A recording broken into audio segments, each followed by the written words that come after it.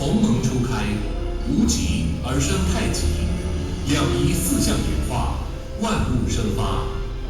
自伏羲画卦以来，一贯道脉源远流传，穿越了千年岁月。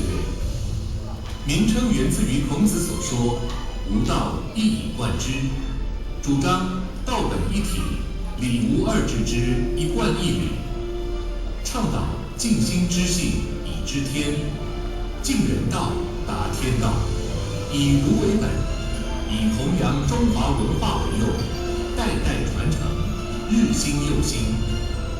如今时转白杨，1905年17代祖弥勒祖师应运，降世为陆祖，善济善术，弘展道路。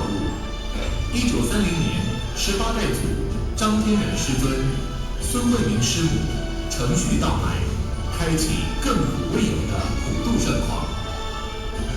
于今迈进第2个百年，一贯道仍本己利利人，己达达人，化人心为良善，济世界为大同之初衷，永续传道于世界各国。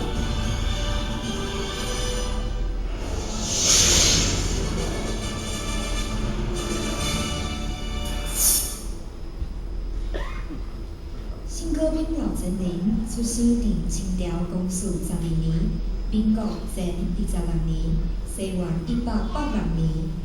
伊的夫人早早就过身，唯有一女相依为命。伫哈尔滨市经商，真老做生意，生意嘛做了真好。身为双学性面粉工厂的总经理，是哈尔滨市有名的富商。